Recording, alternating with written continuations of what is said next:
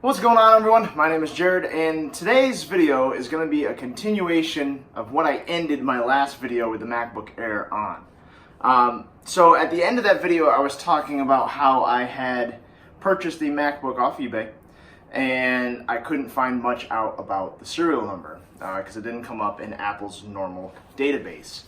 So here is the computer. I'm going to go in a little bit more detail about it and about what's going on. So I was on eBay back before I did YouTube and did personal training and all that other stuff. I would buy and sell computers, fix them, and then resell them. A lot of times people just don't want to take the time or effort to put in the little fixes that the computers need. You know, broken hard drive, cracked screen, things like that, most of the time can be repaired pretty easily and pretty cheaply, and I would capitalize on that and try to turn a profit, which I did. So brings me to this computer. I was in the market looking for a 2015 laptop because I like the I/O of the MacBook Pro on the 2015. Had really good specs, and honestly, in my opinion, it was one of the best MacBook Pros Apple ever created.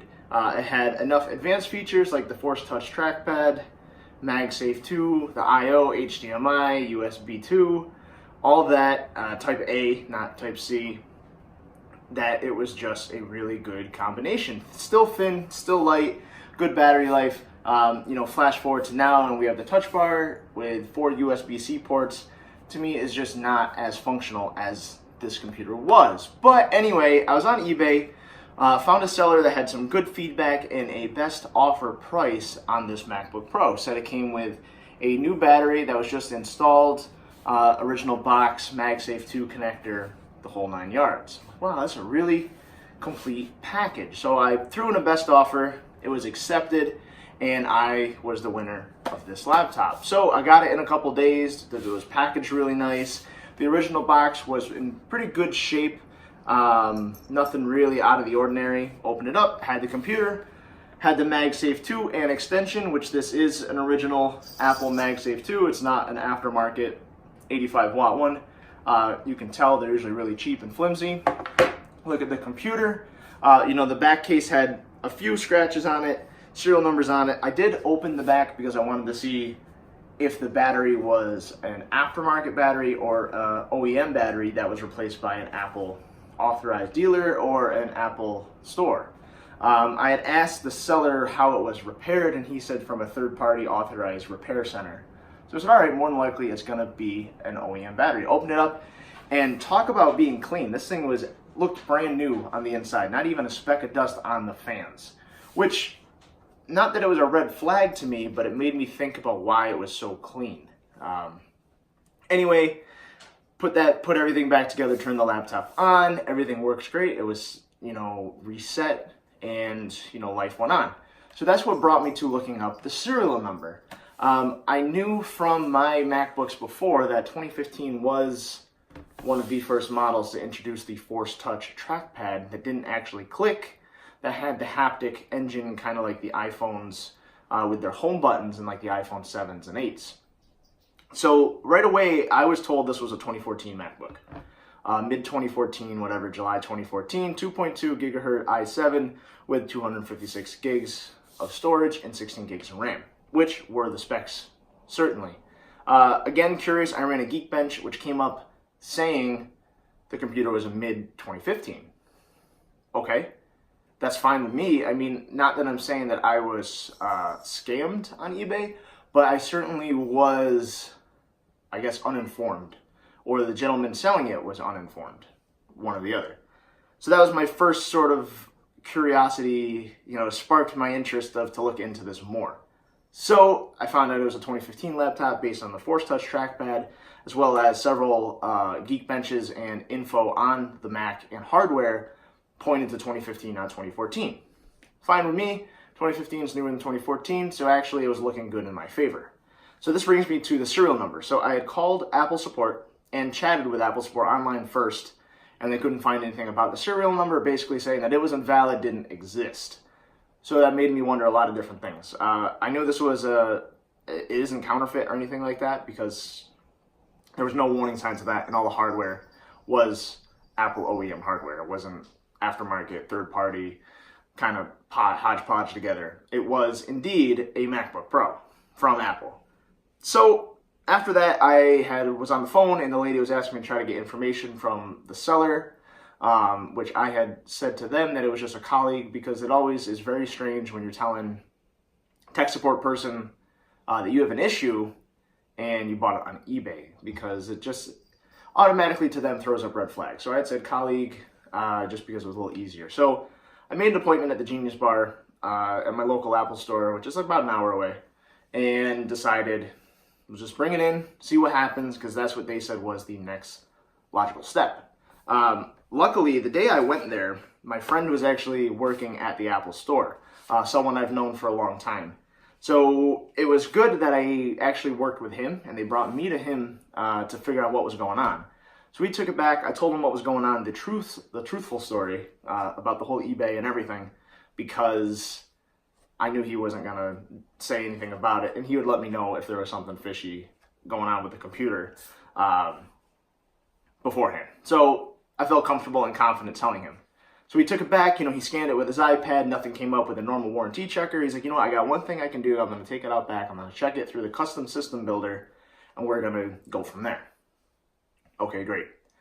So I kind of had an inkling that this computer was a custom build at one point, because in the hardware info or the About This Mac screen, generally it will tell the year and size of the computer. So, MacBook Pro, parenthesis, 15-inch mid-2015 or early 2014, whatever. It's going to tell you what it is in that. All this said was MacBook Pro. Now, you can edit that in a plist file, which, again, if you were going to do that, by all means, take the time to do it.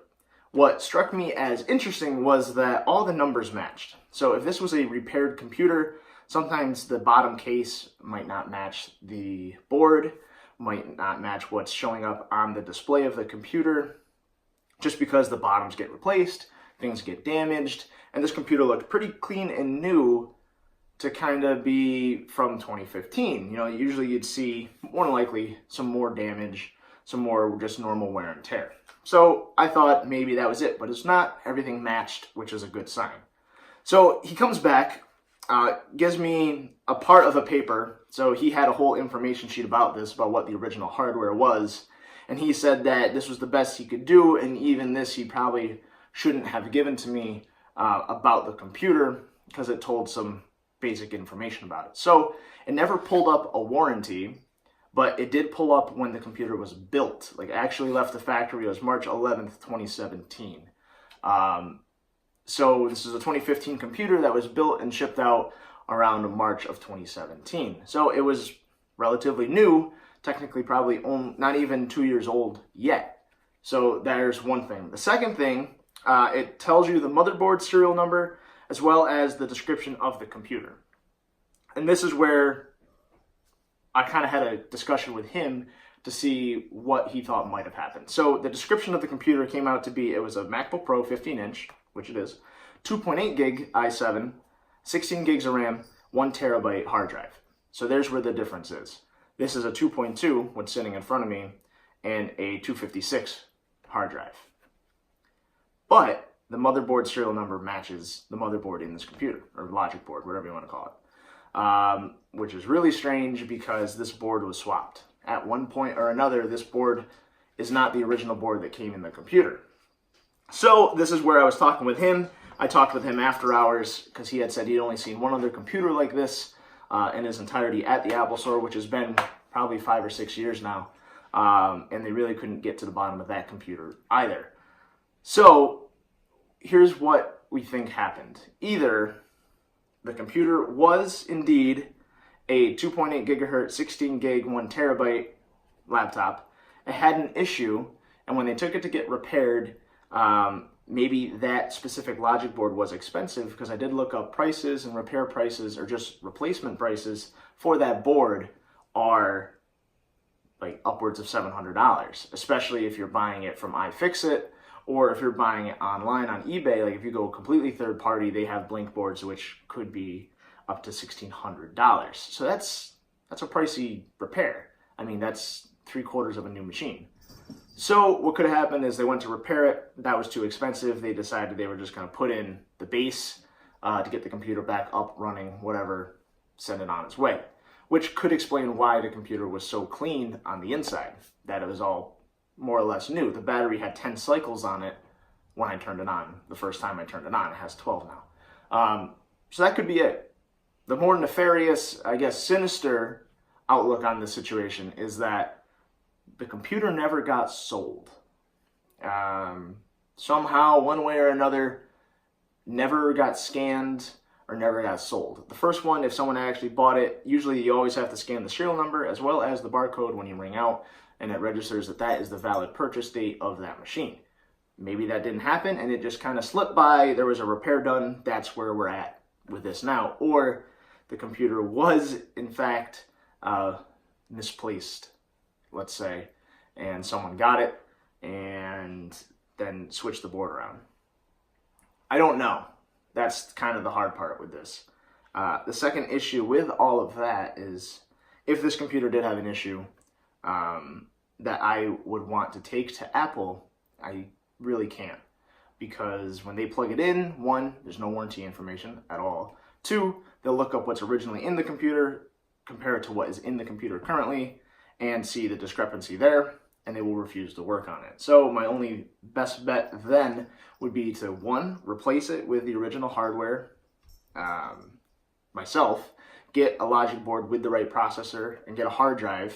Probably not even the hard drive would be the issue, because I could always just say that was replaced, but at least get the board that has the right processor.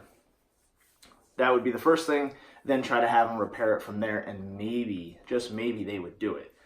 Or I can never take it back, take it to a third party, take it to an authorized retailer or repair center, send it to Louis Rossmann down in New York City, or repair it myself, depending on what the issue might have been. A screen replacement I could do, probably easier than sending it out.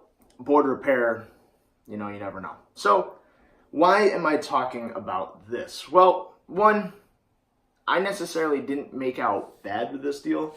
I didn't necessarily get what I thought I was getting, but I did get a computer that is functional, that is, from what I can tell, all original parts, as well as from what the Apple Store can tell. I do have a manufacture date, the information on it, and everything matches up. So whoever did the repair or replacement process, they did it immaculately, because they transferred serial numbers from the board.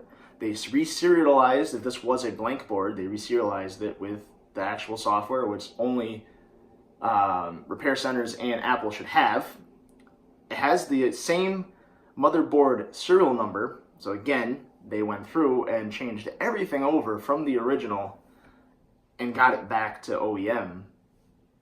So whoever had it, whoever fixed it, whoever put the money to fix it, they did fix it right, if that was the case. Case two, if they were switching it for whatever reason, again, they still did it correctly because everything carried over from the original bottom case of this computer. The only thing I could say, if it wasn't the case that this bottom was originally with this computer, which there really isn't much way of telling unless you actually knew, because the box, unfortunately, the label's faded away to the point where I can't see what serial number is on it. Unless they replace whatever was in this computer with all different parts, but still is going to lead back to this serial number and that it related to a different board. So, long and the short of it, I don't know what happened with this. However, I did make out with a 2015 laptop, not 2014, and it was the specs the seller said. So here is my suggestion for you guys. When buying a MacBook or any computer, I guess, online, especially secondhand sites like eBay or Swappa even, have them, if you could direct message the seller for the serial number to check it, do that. Or if you could have them, blank out the serial number on their screenshots and just leave the last 4 digits and then have a screenshot of the warranty information from apple.com with the last 4 digits showing, just to compare for validity's sake, do that. It is worth it. I'm not saying to avoid selling or buying on eBay or Swap or secondhand, because you can get, some really nice stuff for cheaper, their loss is your gain sort of scenario, because once you're selling it on the second hand, the price goes down. So I'm not certainly saying to get rid of that or to not use it and then only pay full price, but just take an extra moment of caution. I did actually go through also and check a database for if there's any theft or reported stolen or blacklisted or anything on this machine with the serial number that's on it, because even if this machine was stolen from, say, myself, I have that number. I could report that serial number stolen, regardless if it shows up in Apple's database or not. It could be on record somewhere. I used the same system that Gazelle.com uses to check their incoming trades and outgoing sales, and this computer came back clean, meaning it was never reported lost, stolen, blacklisted, counterfeit, anything like that. So, I think this comes down to this was a very strange case, a very one shot, one off sort of case that will probably never happen that frequently. But I would certainly ask the seller this coming time, if I do buy another computer on eBay, whether it's to fix or for myself, what it is on my own private message, just to check it myself, so that I know when I receive the computer what I am looking at, what I am looking for, and if there is any discrepancies when I get it. Because theoretically, if you bought a computer and it just showed valid, you could be getting a computer that's entirely different and just looks the same. So, word to the wise, be cautious. This isn't as bad as being wholeheartedly scammed, which again, with anything high value, you always run that chance. But be cautious.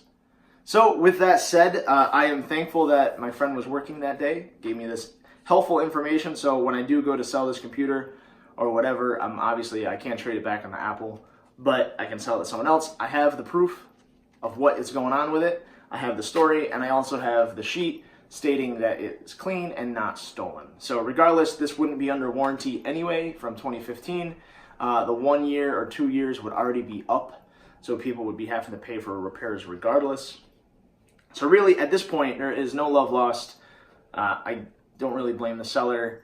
The seller might not have known. He might have got this computer secondhand from somebody else. You don't know these things. So anyway, be mindful, be cautious when you're online shopping for stuff on eBay and other secondhand sites. More sites like Gazelle are going to be certainly more secure, and you're going to be getting what you pay for, but you're also going to be paying more. So again, take that into account. Anyway, thanks for watching. I know this wasn't a super action-packed video, but I wanted to share my experience because you see a lot of videos of scams or wins from eBay, and this was somewhere in between. So anyway, with that said, thank you for watching. I appreciate you guys.